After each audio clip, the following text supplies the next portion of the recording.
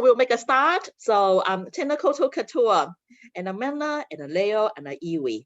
E rau rangi tira mai, tēnā koutou katoa.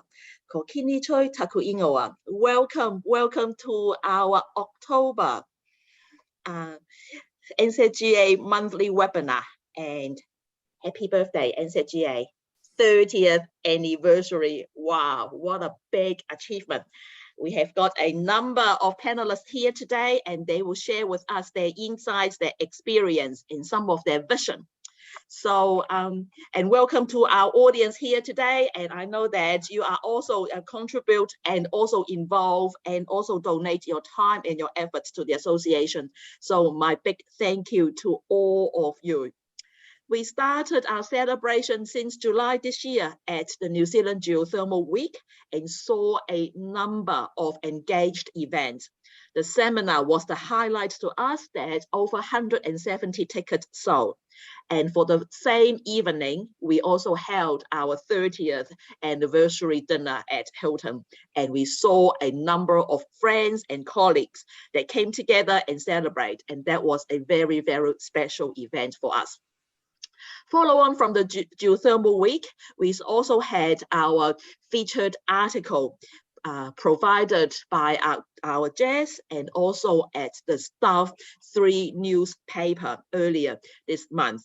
So the article featured the NZGA history and what is important of the role of geothermal in leading Aotearoa decarbonisation pathway. And our 3 panelists today contributed to that piece of article as well. And I have received a number of very positive comments from my social network that highlighted this is such an important piece. And I want to thank again to our panel. So now turn to our very special guests here tonight, today. So thank you. So Tom, as the founder of the association, and you have spent so many of your dedicated action and passion to the association. Andy served as the board director of NZGA between 1998 to 2016 with multiple rotations on the board, and also served as the president in 2016 and 2017. Paul served as the board director of NZGA between 1996 to 2013 with multiple rotations on the NZGA board. So first of all, thank you so much for all your contribution today and also for all your previous time as well. So I have got some prepared questions for the panel today. And I want all our attendees to contribute to your thought and question as well. Throughout the interview, if you have any comments or questions, can you please type that in the chat box, and then we will answer them throughout the webinar today. Is that all good? Yeah, okay. So here we go. Okay, so I have got 7 questions, and then that will be rotating around. So first of all, question 1. Hello, Paul. Hello, Tom. Morena, Tom. So, looking back 1992 October, what was the rationale for the creation of the association for the geothermal resource, our Taonga, in Aotearoa 30 years ago? What were the founders' idea and their rationale? Please, Tom. So I've got to drag my drag back through the memory, but I recall at the time that the GRC and others on the thing, like Mike Allen could and even Paul could elaborate. But the GRC was a big entity, but it was very much American. They used to meet regularly. A key driver was Ian Thane, sadly passed away.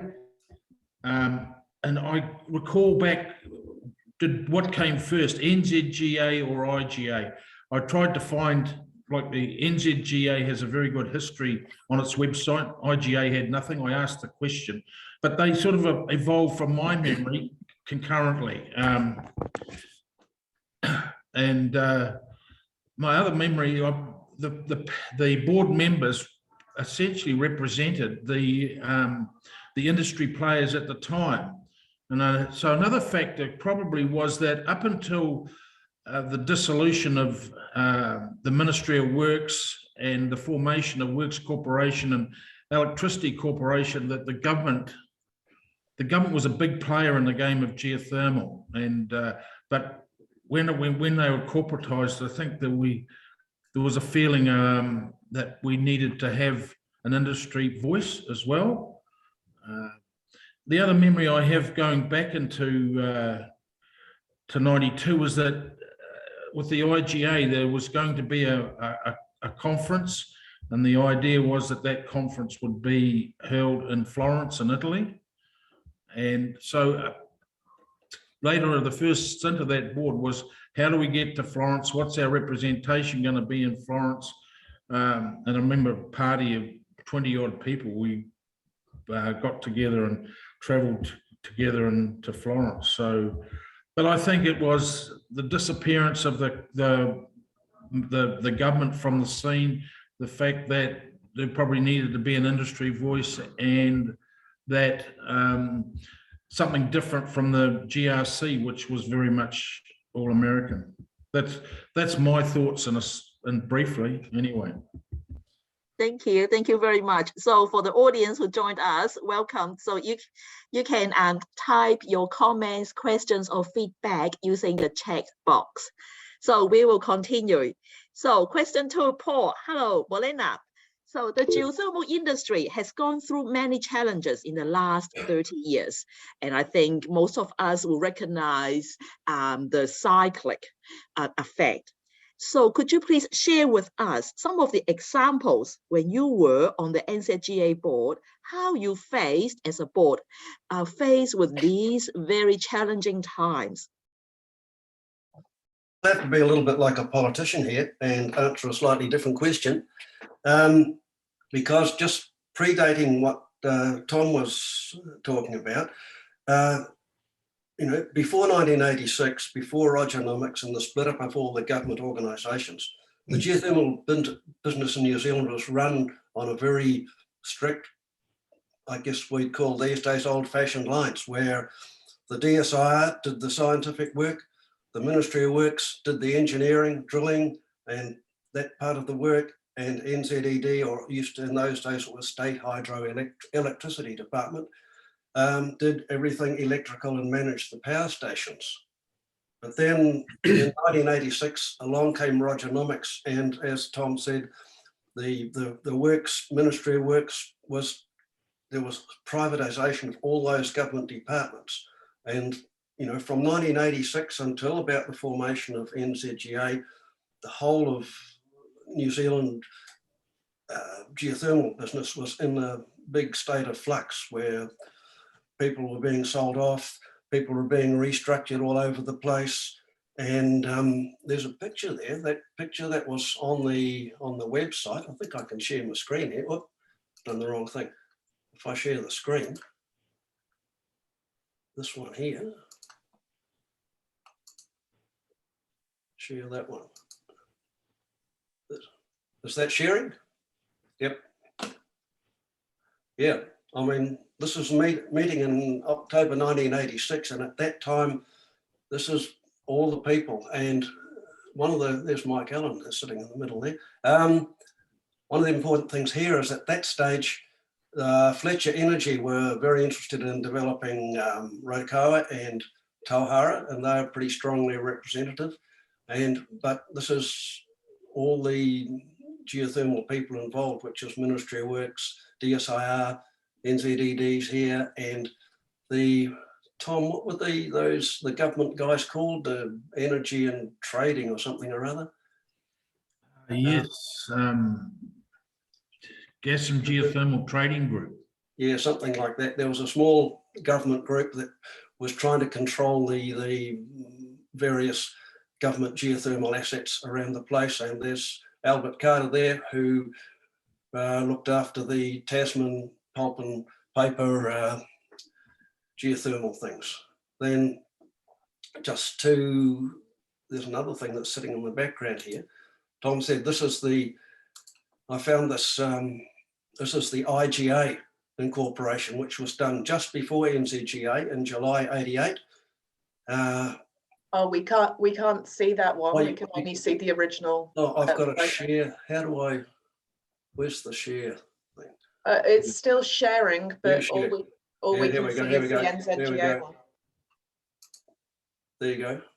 Is that sharing there? Yeah. Yes. So that's the IGA was incorporated, and I think Derek Freestone and Ian Thane were also instrumental in forming the IGA. So where does that take us to? Yeah. So yeah, we're in a great state of flux, and by the time I got on the board, I was only there for 2 years initially, and it was a bit of a learning experience, but maybe we'll get onto that on that second question thing, because in those times, you know, pre the split up of the government organisations, things like governance and managing things were not on anyone's agenda. Everyone was a kind of a technocrat, and we did technical stuff, and managing things was happened somewhere else, usually in Wellington. So yeah, getting involved with the governance of things was a little bit of a learning experience, I think, for everyone. Is that enough? This is really good, especially you look at the photo, and then you see some of the people who might be online here today, and yeah, it hasn't changed. what they're just quite interesting, very interesting. Thank you so much, Paul. Thank you so much, and Okay. I'm sure that we will continue our conversation. And thank you so much for doing all the research and sharing your resources with us. Okay, now turn to Andy. So the association has gone through also many challenges in the last 30 plus years as the association, and also in the international front. Could you please share with us some of the examples when you were the president of the association, please? Thank you, Kenny. Kenny, I'll answer that in two parts, if I may.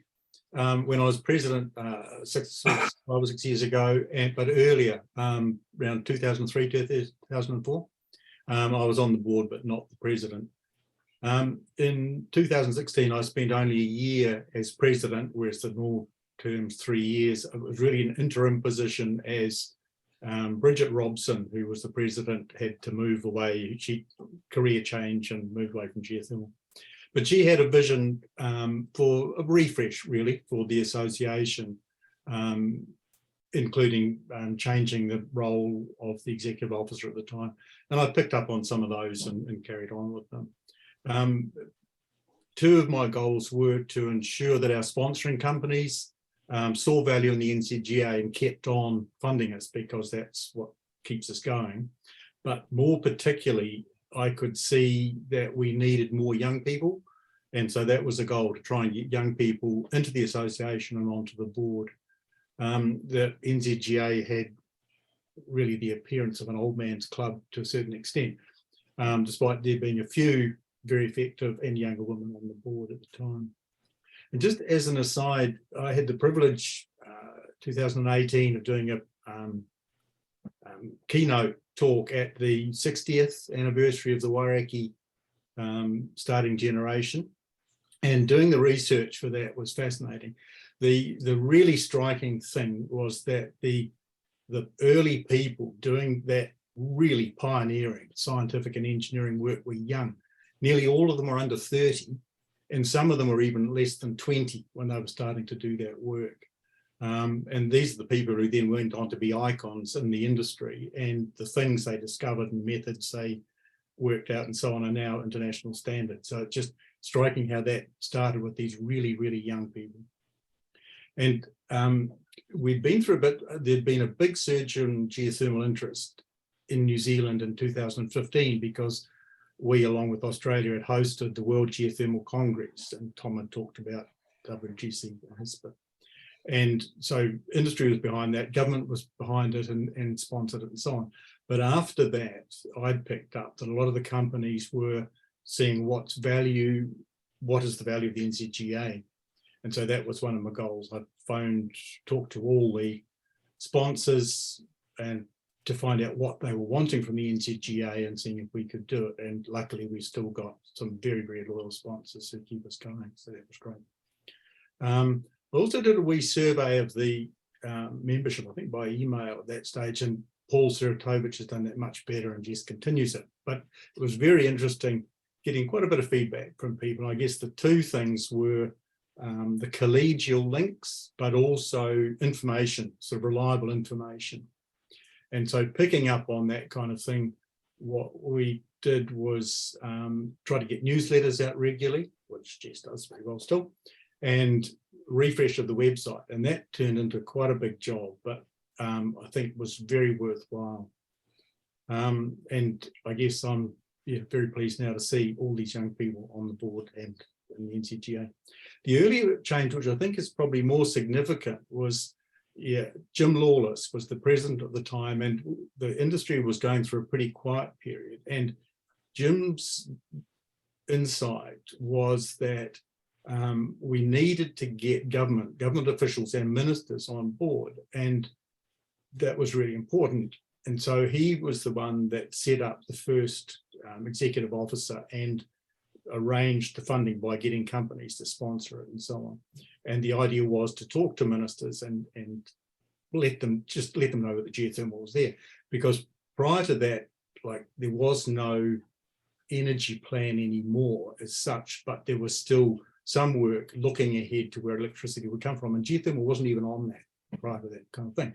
And after Jim's work, that got on there. And I think that that contributed quite significantly to the upsurge in geothermal electricity production from mid 2005, whatever.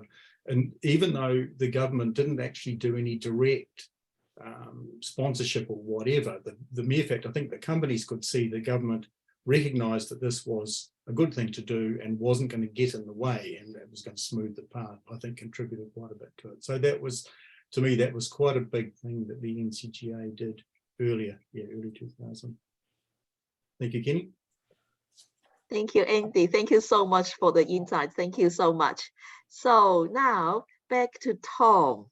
Okay, so creating an association is like creating a startup. From a business perspective, reflecting on the 30 years and the legacy that you and others have in front of us, what are some of the personal qualities or the entrepreneurial characteristics that you can share with the attendees today? That's not a very easy question to answer, I guess. What I would ponder first, why did they select me to go on the original board? Well, I guess because I was the manager of the Ministry of Works, ex-Ministry of Works Geothermal, whatever it was at the time in '92. But it's, I mean, I could ask, I have been pretty successful, and some of the things we did in I recall that '92 was a very dry year from memory, and there was an opportunity for geothermal to fill that gap.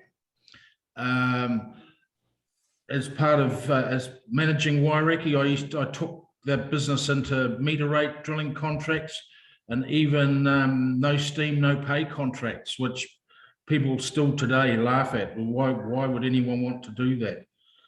Through the early 90s, but they were very successful. And the NZGA and the annual workshops gave us a chance to present that sort of logic. But what personal qualities? The first thing you've got to have is time, and have the opportunity to work amongst, be involved in the industry as a whole. So, and as manager at Waireki, that was an opportunity, and we also did some stints offshore. So, but anyone who's dedicated to the cause, really interested in geothermal, can jump aboard and make a contribution to the industry. Kenny, can I just jump in here, please? Yes, please. Just following up on something Andy said, you know, with Jim Lawless and The key thing with getting the NZGA running is raising the funds, and it was that turmoil following the split up of all the government organisations where we had a mushrooming of a whole lot of additional players in the market, because people like Te Arapaki Trust at that time in the late 80s were negotiating with the government for the Mokai field, and until Rogernomics happened in 1996. Mike Allen can probably confirm it, but I'm pretty sure the agreement between the SKM and Jacobs nowadays and Gensel were only allowed to work offshore on the government projects in, or the government funded projects in Indonesia and the Philippines. And New Zealand was reserved for Ministry of Works and DSR. But after that, it was not exactly free for all, but a whole lot of additional players came in. And particularly we had TEL, Taupo Electricity, Mercury, Mighty River Power at that time. Who else? You know, there's New Zealand. Top Energy, and that much greater, much bigger group of players in the market allowed the NZGA to be funded and to do useful political stuff at that time, I think. Thank you. Thank you so much for your associated comment as well. It's very useful just to see the breadth of all these companies involved in it, and they are still very, very loyal to the association today. So Paul again, okay, so attendees here, some of them are younger and some of them may be considering the governance role or board roles in some part of their career. Are there any lessons or messages that you would like to share with them based on your governance experience on NZGA board? Yeah, well, I'm probably the wrong person to ask this question, because when I started this business, again, before Rogernomics, you know, before 1980s, there were very few people who were in what you might call the governance business. No one was going out getting MBAs and all that sort of thing before that. We were all technocrats and did technical things. So for me personally, it's kind of a matter of learning on the job and you know, putting on a different hat.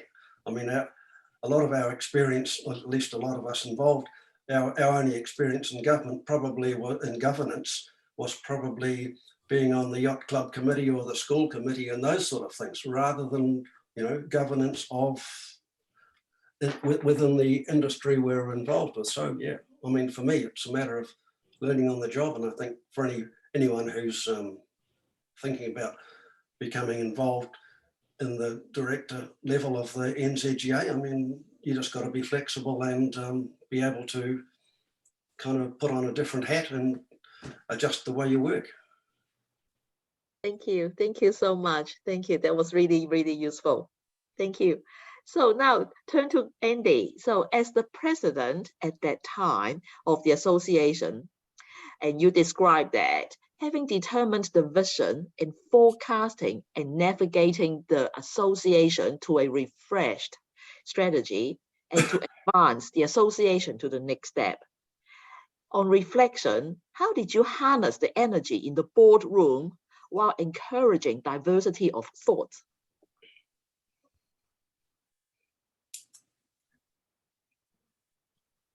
You're on mute, Andy. And Sorry, start again. Yeah, but NZGA is very lucky to have a wide range of people, very, very high caliber people, wide range of backgrounds on the board. So they don't need a lot of motivating and directing. And I think it's the diversity of backgrounds that's a strength, you know, one of the real strengths of the NZGA. And so you get people from different companies, different backgrounds on the board, and they actually meet every 3 months or so face to face. And that gets them talking about common concerns from different perspectives. And that is very valuable stuff. And it's for the better of the geothermal community. and I think for society in general. And one of the recent examples of that would be the CO2 sequestration, where, you know, competing companies will actually collaborate to come to a solution which benefits everybody. Yeah, another example, I felt my role was just simply to recognise the strengths and aspirations of the people on the board and encourage them in a certain direction. And the website development, I think, was a good example of that. That we had John Burnell, who was technically knew all about websites and stuff, but was also very good at kind of managing the process, making sure that we were getting good, correct information, and we had auditing systems to make sure it was right and so on. And the two other people who were very good with that were Penny Dorman and Catherine Leketner. And they were really good at getting the information together, writing it in really nice, clear, easy to understand form, and illustrating it with suitable illustrations and so on. Yeah, so easy job to keep people like that working. And yeah, the collegial aspect, I think, is very important part of the NZGA, and that was certainly one of my big motivations in getting back on the board whenever it was, 2008 or something like that. Yeah, very important. Thanks. Thank you so much. So last question to the panel, and then I'm going to open up to the all the attendees. So the final question is that now we have achieved a very key milestone. What is your vision, or what is your wisdom that you can share with us that the association in the next 30 years? Hand over to Tom. Well, I haven't given this any thought. I'm obviously can still got my working clothes on as Sumitomo project manager for the Tahara project, and sometimes been pretty tough lately. Why I keep doing it. But for the association, I guess it's should just keep re-looking at its goals. As Andy points out, it's probably the main reason why it's a great opportunity for people to get together and share ideas. I think that is in one format or the other, through papers, through discussions, whatever. That would be a primary objective. Obviously the big things is the 4 yearly whatever conferences. Keep participating in that. But probably another one is to make sure that geothermal is still at the forefront of the New Zealand power industry. I think if you had to put it in one, that's what can the association do to make sure that all things geothermal contribute the most it possibly can to the New Zealand industry, power industry going forward. And I still think there's some opportunity in that as to get into lower temperatures and what have you. Thank you, Tom. Hand over to Paul. Yeah, I was a bit surprised. I got Jess to send me a list of all the present and past board members of NZGA, and I had been under the impression that we'd kind of gone from the original group of a bunch of male technocrats to a much more diverse thing. But I see that, I know in the office I work in at Contact, in the resource part of things, pretty much half the staff are women, in fact probably more than half, I think. But I notice on the board we've still got a little bit of, seems to me, unrepresentative distribution. So perhaps a little bit more diversity in the board might be a good way to go. I mean, there are a lot more women in the workplace, the part I work in anyway, these days than previously. Thank you so much. Okay, hand over to Andy. Thank you, Kenny. Again, yeah, more of the same, I would say. That, like, I've been on the board for quite a while, and every so often people say, oh, we need to look at what we're doing and you know, change the way we're doing things. And after sort of, well, I think we've had 2 or 3 sort of 1 or 2 day get together sessions, we tend to end up back where we started and so on. And I think that's right. That's, again, just repeating really what Tom said. The collegial thing is really important, and talking to people, you know, government still have control over that sort of stuff. So keeping in contact with government, the collegial thing, the seminars, the more informal things that Jess and Co are doing at the moment are great. And the website, so information's there for people to do it. So I think more of the same. Yeah, and just the diversity again, and not just in men, women, but just with backgrounds, I think is really important. And so you'll get, you know, engineers like me who are just in it to make the most power or most energy or whatever from a very technical point of view. But we need to recognise the whole thing, the geothermal diversity, what's there, tourism, as well as energy and power and so on. And even within the energy, the move away from just electricity into direct heat, of which part of the NZGA looks at, and perhaps even more domestic use of heat is something that I think the NZGA and the industry should be looking at a bit more as well. Thank you. Thank you. Thank you so much. Thank you for all your wisdom. So if you have any comments or questions, please type it in. And thank you, Scott, to remind our audience here today that the membership survey is currently open. So before I close, we've got friends here and colleagues and also past and present board members here. So what I'm going to do is that I'm going to go around my tiles, and then please unmute yourself. And I'm going to go around and ask you the same question. So the last person have the most time to think about it. So the question is that given now we have achieved 30 years of NZGA achievement, this is a key milestone. What is your feedback or what is your wisdom that you want to share with NZGA in the next 30 years ahead of us? So I'm not asking the panelists here, I'm asking the attendees here.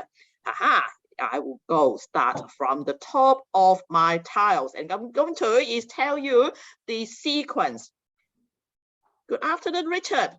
You are the first, followed by Kevin Brown, Kevin, Jaime, Chris, Sadiq, Mike Allen, Greg, Brian White, Mariana, Abby. So this is my tile.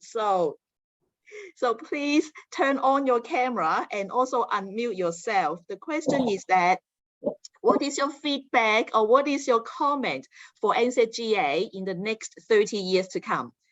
Good afternoon, Richard. Over to you. That's me. Well, I'm very new to this. I'm actually an American who's just gotten New Zealand residency, and I've been spending my retirement learning a lot about energy policy and doing energy investment. So I'm very interested in geothermal, both here and elsewhere. And I guess I'm just sort of curious how we can grow it, because hydro is limited and New Zealand has an awful lot of geothermal, and there's been an awful lot of exciting things going on in the sort of technical side of geothermal recently with companies like Ever and some of the drilling techniques that have come along. And if you think about energy, it affects everything. It affects security, it affects balance of trade, and New Zealand has a lot of it, and I'd just like to see more of it. So that's it. Thank you so much. And now hand over to Kevin Brown. Morena. Morena. I think probably my key thing would be taking account of climate change and making the most of the climate change, availability of geothermal, both for electric power, but also to increase the direct use. We've always tried to increase direct use in not only geothermal, but kind of groundwater, ground sourced heat pumps and things like that. So I think there's a huge availability of geothermal there for the future for people to take account of. So thanks. Thank you. Thank you so much. Now hand over to Kevin Molina. Good morning. Good morning. Yeah, I guess my background is a little bit different to most of the people on this call. I come from a finance and governance background and was basically surrounded by all these world-renowned geothermal experts and doctorate and masterate people. But I found the industry, just the whole subject of geothermal, just totally absorbing, and loved every minute of it. I suppose that with my now retired hat on, now that I'm retired to the beach, playing tennis and golf pretty much every day, I guess climate change is the most relevant thing to me that I see come across my TV at night and that is talked about on the golf course. So yeah, the industry's contribution to combating the effects of climate change and you know the collaboration that the industry provides through all the different organizations. So yeah, I don't think I can say much more than that. Thank you. Thank you for the kind words. Thank you. Molina, Jaime. Molina, please. Yeah, so for me, really, I think my my views around geothermal going forward is really just that focus on our impact on communities and the kind of change that that geothermal and that renewable energy could facilitate. We are in this process of energy transition. Climate change is something that that keeps younger people like us a little bit more concerned in terms of what the kind of future energy systems we will have, and geothermal has a very vital role to play in that. And I think for us, it's really to focus that transition, ensuring that our communities and the people that we work with within those areas that we operate are brought along in that transition and that process, and it's an equitable transition for everyone. So that's what keeps the passion going, and that's, I think, what would bring a lot of people into geothermal going forward as well. Thank you. Thank you so much. Molina, Chris, hand over to you. Hi, Kenny. Thanks for that. It's interesting listening to everyone else's comments. My journey started in 1995 with Poipi, which is a long, long time ago. And I was, I think I was 33 years old at the time, and I was a young guy new to the industry. And I always seemed to be surrounded by elder people who were incredibly knowledgeable and, have leaned on that whole Wairaki experience, which is, when you look back at it, is extraordinary achievement for New Zealand to deliver the Wairaki thing. And I still feel like I'm surrounded by older people that help us. And I'm now 60. But with the wider electricity industry, there's a real gap between those young people we see on the NZGA board that've got so much enthusiasm and energy, and us older guys. And I'm one of the younger older guys. I'm only 60, but I look around the room, there's a lot of people quite a bit older than me in this room. And that gap, I think, is a real issue for us. It really is. Now look at Tom, who's on site and grinding through another project, which, when you're like me, Tom, you're passionate about those things, you love those things, but eventually the stress gets to a point where you don't actually want to put yourself in a position where you're delivering all that stress. But you need to find a way to get Tom's expertise in a more useful process, more useful position on those projects, so we don't lose Tom from the industry. That's my thing. Is I think that young people on the board is extraordinary. That's to the credit of Andy and those other people who chaired the board that have brought all those young people on. But that gap in between, I think, is going to hurt us eventually. Thank you. Thank you so much. Thank you. And we are not immune to any of these. Yeah. I was generalizing, Kenny. I wasn't talking. There are people in the middle, but there's not as many people. Yes, but other industries are also facing a very similar issue. Yes, yes. Thank you, Kenny. Thank you, Chris. Thank you. Hand over to Sadiq. Molina.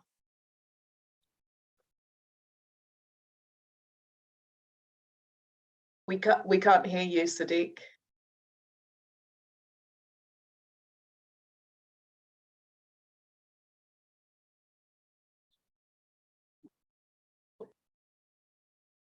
And it doesn't look like Sadiq's microphone is working, Kenny.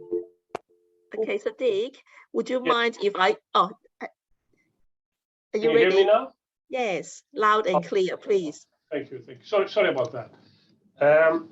basically, I come from this middle group that people talked about.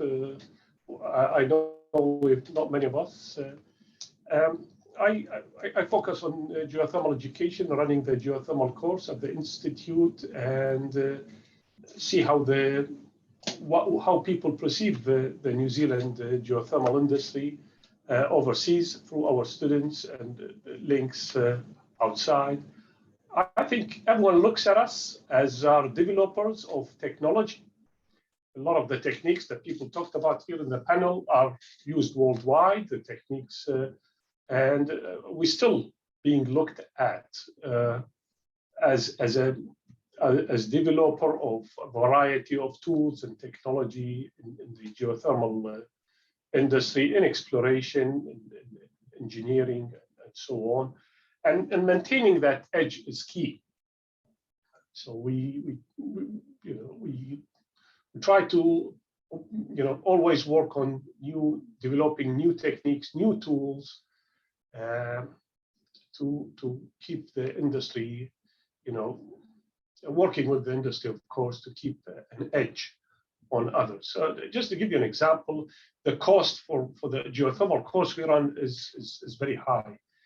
Actually, you can do a 2-year master in Iceland for the same cost in dollars for an international student. However, people still come to us to train despite of that, because they know that we have the edge and we have the strong link with the industry. A lot of people in other universities are separated. The industry is something, and the university are just pure academia.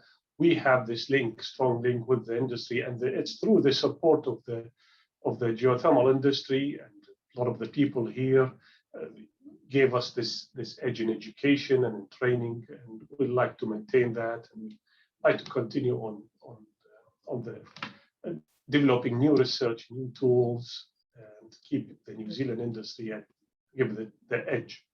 Thank you so much. Thank you. And we will see that blossom and in the next month geothermal workshop.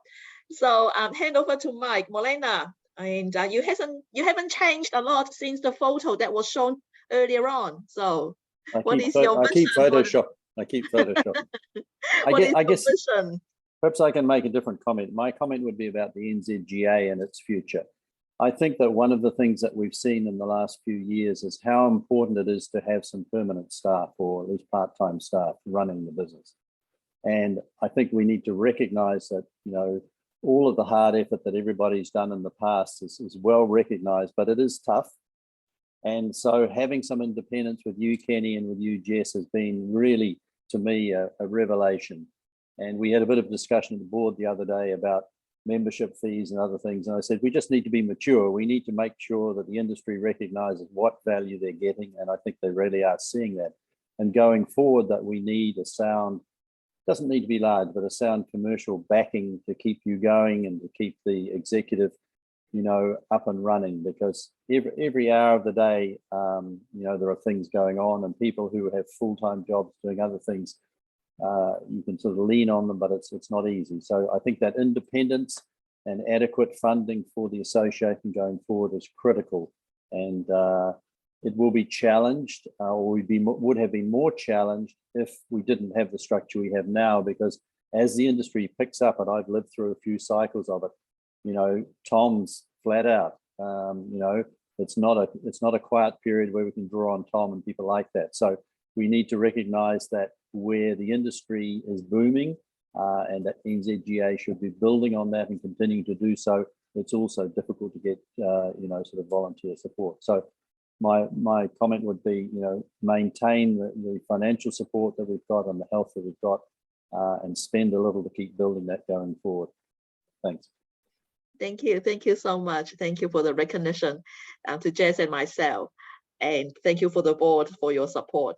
So Molena, Greg, how are you? So what is your vision for the next 30 years of the association and our industry? Hey, Kenny, I'm not sure if I'm the right Greg or not, but hopefully I am. So I'm probably really different to everyone on the call, and really appreciate being able to sort of listen in to NZGA comments. I used to work at Top Energy quite recently and really fell in love, I suppose, with geothermal and the potential for geothermal. I'm now working in the Waikato for a major food processor, and which isn't Fonterra. And we're doing some very active studies at the moment for the potential for low heat geothermal for our business. And we've got a huge amount of interest in what we're doing. We're looking at doing it by ourselves rather than a sort of a consortium. And we're looking at it for everything for process heat for our own manufacturing sites. We also have multiple farming operations in the Waikato region. So we're looking at solutions there for process heat. And we're working with Data and also the Sustainable Food and Fibre Fund for what we can actually do with geothermal. And again, totally different to the big gentailer sort of plays and what Eastland and Top Energy are doing.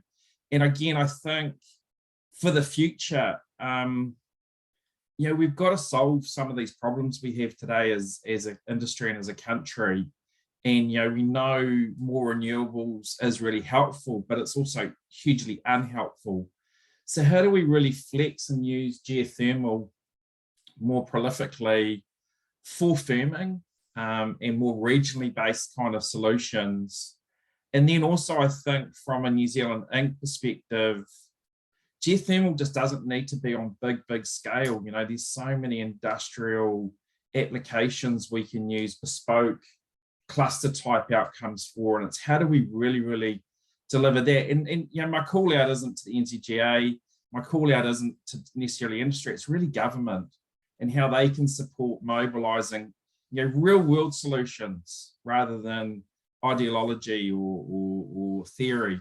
We're facing some really important decisions and outcomes, and I think the potential for geothermal on multiple levels for New Zealand and for the world is just outstanding, but we need to get on and do it. So that would be my call out, Kenny. But thank you for letting me to participate, but from an end user perspective now rather than a generator. Thank you, Greg. Thank you for your wisdom, and also your encouragement is that looking beyond what the electricity generator could offer from the geothermal perspective is very important. Okay, thank you so much, and please stay on. Molena, so you have heard for a few others in front of you. We would also like to seek your view about what is your vision for the association and also the industry. Kia ora koutou all.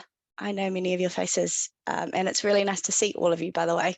I probably haven't really ordered my thoughts too well on this topic, so it might sound a little jumbled. First of all, I think I want to recognise that the reason I am in geothermal and stay in geothermal is because of the people. I think we can all say that most of us could say that if we were after money, we probably all would have gone into oil and gas or mining, right? I don't think any of us are really here for the money. I think a lot of us are here because we really care. We really care about the planet and we really care about the people. Everyone in geothermal has always been so passionate. And the fuel of NZGA has often been that passion. I really hope that that continues and for the next 30 years. From what I can hear and see is we've got a big challenge in New Zealand geothermal in that lots of fuel is being poured on the embers that many of you have been toiling away at for many years, right? And now there's so much that we could do. Do we have enough resource to do all of that? Especially as NZGA, does NZGA have enough resource to help facilitate that financially, in terms of people? I think that's a big thing for the NZGA to work on for the next 30 years is how do you add fuel to that fire and do it in a sustainable way? And just to reiterate Mike's point, it's a game changer when you have people employed to prioritise things. And we've certainly seen that with you and Jess, Kenny. You're clearly people who also are passionate and not here so much for the money probably either. So thank you very much. Thank you, Abby. Thank you for the kind words. Hand over to Brian Molina. So you heard many from the previous conversation. Please share with us your vision and also for the association and the industry the next 30 years. Yeah, been lots of interesting comments that I've heard. So I've heard words like transition, and that's going to be one of the big things to recognise, that we are going through transitions. There's going to be changes that have to be made. There's also there's an underlying theme of peaks and troughs that happen with the industry too, and so sometimes where things are going well and there's going to be lots of money available, lots of things to do. Other times things are just going very quietly. We're coming up to one of those busy times at the moment, and so hopefully funding will be there for the whole range of things that needs to happen along that way. I think there's some issues out there to do with safety, and we're still going to see how that evolves. That's something that's been hanging over us for a while, but yeah, eventually we'll get called to come in. And I think going back to something that Tom said right at the start, well, we could have mentioned it. We could have talked about the, some of the early regulations that I think NZGA was key in sort of putting together, particularly around drilling. And so that may be what we're called to do again in terms of safety. Another area I think to look at is our international work. We've got people that are so busy, we've got lots of experience. There's lots of opportunity for us internationally, but we're actually seeing, I think Paul talked about the turfs that people had, the Genzels and KRTAs had certain areas as well. I think we'd regarded the Pacific and Asia as being ours. Now Iceland regards it as theirs as well, and so we have to make sure that New Zealand is well represented internationally and get our voice out there. And I think the other thing is just around geothermal. In the past, we were a green technology. Maybe not many people knew about it, but we were seen as green, and now we're seen as a bit grey, because once other thermals leave the generation scene, we'll be the dirtiest one there, the biggest emitter. And fortunately, there are really good initiatives there already in terms of looking at how we control. And I think that's a whole area that we just need to keep working on and just put that, put the message across that geothermal can be nice and clean. Yeah, I think there's some of the big issues sitting in front of us. Yeah, thanks. The comments that have been made about the people. I think about a geothermal community. In fact, I sort of think of it more, more in family terms. It is something really close and something really valuable, and really pleased to be part of it. Thank you so much. Thank you for the kind words. So that finishes our end of year webinar series, and thank you so much for all your support throughout the year. And what the task in front of us is that we will then package this into a YouTube video and then put that online. So thank you so much. So your face and your comments and all your wisdom will be shared on the social media. So lastly, just a couple of events that will be happening. So first of all, there will be the geothermal workshop at the end of next month. That early bird registration closes end of this month. So please go and register if you haven't. And also the NZGA will be hosting our annual event on one of the evening of the geothermal workshop. And so we look forward to catching up with you in person in Auckland or online at our AGM. So thank you so much. Oh, thank you, Jaime. The early bird ends today. Oh, okay, not end of the month, so ends today. Thank you for clarification. So on that note, thank you so much. Thank you for our panelists who share your wisdom, your knowledge, your insights, and also your respect to our Taonga, our geothermal resources. And the love, the passion, the energy keep us going and keep us awake every day. So thank you so much for everyone attended here today. So nō tēnā koutou, tēnā koutou, tēnā koutou katoa. Thank you very much. Enjoy the rest of your day. See you next time.